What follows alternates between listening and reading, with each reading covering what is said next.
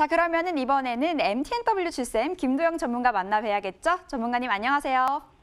안녕하십니까. 필식 김도영입니다. 네, 전문가님, 이번 주 우리 시장 어떻게 흘러갈지 굉장히 궁금합니다. 왜냐하면 미중 무역 협상 또다시 난기류를 맞은 모습인데 그래도 미국 증시는 강하게 흘러가거든요. 이럴 때 시장 참 보기 어려운데 전문가님은 어떻게 보고 계세요? 네, 한마디로 정리를 해보면 해외 증시 같은 경우는 유럽과 미국 모두 다 중요한 저점을 지지를 하고 마무리를 좀 지었습니다. 하지만 위쪽 부분이 이제 간략하게 고점이 마무리 쪽, 코앞에 보이고 있는 부분에서 눈치를 보고 있다라는 부분을 놓고 보면 우리나라 시장은 지난주 금요일날 모습에서도 외국인들 수급 자체가 관망세로 일관을 하고 있습니다.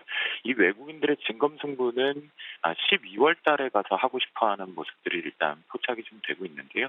그런 관점이라고 한다면 전체 수급의 부재라고 감안을 했을 때는 우리나라 자체적으로 옆으로 휘어가는 개걸음 장세가 될 가능성이 있는데요. 하지만 그 부분에 중요 포인트가 있죠. 시장 관전 포인트 상 체크해 볼 필요는 수급을 만약에 배제를 하고 체크를 해봤을 때는 채권 시장과 외환 시장의 변동성이 우리나라의 방향성을 지금 결정하고 있다라고 보시면 좋겠는데요.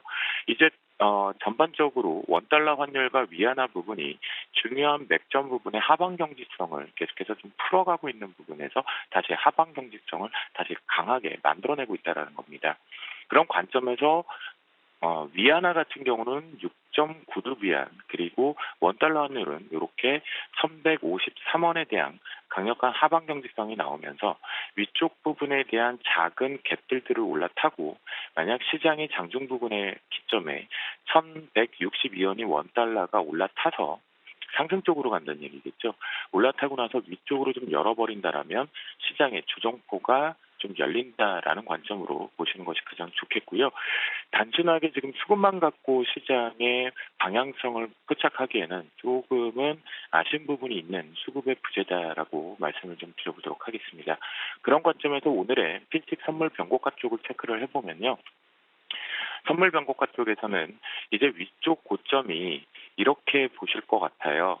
지난 11월 6일과 금요일날 모습에서 우리나라만이 유일하게 다시 한번 위쪽을 잘 올라타지 못했던 부분인데요. 이때 똑같은 증상이 하나가 나왔던 것이 바로 같은 재료 부분에 호재를 만들었던 상해종합지수였죠. 상해종합지수 같은 경우에 3,000포인트에 대한 분명하게 안착을 할 수 있었고 올라탈 수 있는 재료였음에도 불구하고 실제적으로 백악관과 당사자인 중국 서로 다른 시각의 발표가 나오면서 눈치를 봤습니다.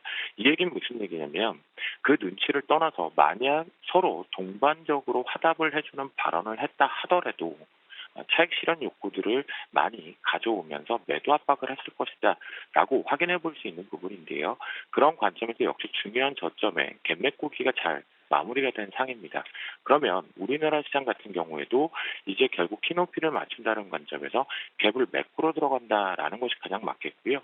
고점 부분에서는 그렇기 때문에 고점에 대한 전략은 285.75로 역시 동일하게 설정을 하겠습니다.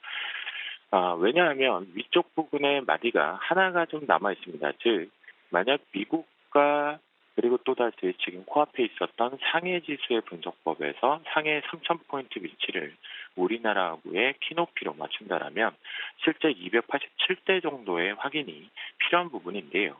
또 그리고 시장에서 지금 여론이 형성되어 있는 290포인트는 이번 옵션 만기를 기점으로는 올라가기는 좀 버겁다라는 관점의 시각을 갖고 있습니다. 저 같은 경우. 그렇지만 285.75가 이번에 다시 한번 주초에 저항이 걸린다라면 하락 쪽의 공격 포인트를 한 번쯤 만들어낼 수 있다라고 체크해 보시면 좋을 것 같겠고요. 거기에서 저점에 대한 지지 변곡가는 283점.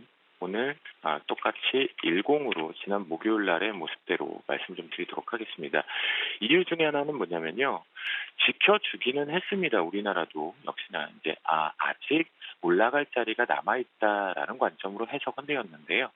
너무나 수급이 좀 비어있다라는 부분과 채권 시장의 유동성이 조금 변동성이 축소가 되면 곧바로 외환 시장의 변동성으로 시장이 좀 따라가는 패턴들이 발생이 되었거든요. 그런 관점에서 283.10포인트가 깨지면 우리나라의 여러분들이 이렇게 크게 눈을 뜨고 보지 않으셔도 보이는 갭 자리까지는 내려올 수 있다, 갭을 메꾸어 들어올 수 있다라는 것으로 한번 열어놓고 계속해서 추초를 대응해 보도록 하겠습니다. 오늘의 필시 테마 쪽으로 놓고 보면요. 정부에서 지금 계속해서 이제 성장 둔화 부분에 이제 결과를 보여드리겠습니다라는 부분들이 나와 있고요. 특히나 부동산 정책 이후에 조금씩 우리는 그 전에 건축 자재 쪽 그리고 또 그 전에 저희는 필식 테마 쪽에서 언급하지는 않았지만 건설주들에 대한 반등들이 눈에 띄었습니다. 그 속에서 분명히 만약 SOC 확대 부분 그리고 정부 쪽 정책 부분에 대한 호재도 보려면 시멘트 관련주들이 필요하겠죠. 그런 관점에서 시멘트 관련주를 가지고 나왔습니다. 첫 번째 종목으로 성신양해를 말씀드리도록 하겠는데요. 성신양해 같은 경우는 중요한 6위 갭이 떨어졌던 자리가 하나 있습니다. 그런 부분에서 매물을 지금 소화해야 되는 관점에 테마성이 걸려 있다라고 보시면 좋겠는데요. 역시나 강력한 지지력은 이렇게 설정을 하면 좋을 것 같겠습니다. 8,200원에 대한 훼손이 없다라면 역시 끌고 올라가는 패턴의 매수 트레이딩 쪽을 잡자. 라고 말씀 좀 드리겠고요. 두 번째 종목으로 쌍용양해 언급을 좀 드리도록 하겠습니다. 역시 이제 테마가 아직은 작게 형성이 되어 있다 보니까 메이저 수급들이 조금 부재다라고 보시면 좋겠는데요. 특히나 이제 대중 부분의 관련주들의 슈팅들이 이제 뉴스 플레이가 되다 보니까 틈새 쪽의 순환매도 잠시 쉬어가는 모습입니다. 쌍용양해 같은 경우도 하지만 5,700원에 대한 강력한 지지력이 좀 필요하다는 관점으로 보시면 좋겠다. 그러니까 이런 경우에는 추격적인 매수보다는 아랫꼬리가 형성되는지 위치에서 쌍용양해나 성진양해 같은 경우는 트레이딩 쪽에 매수를 잡아보자라고 말씀 좀 드리고요. 세 번째 종목으로 유진기업입니다.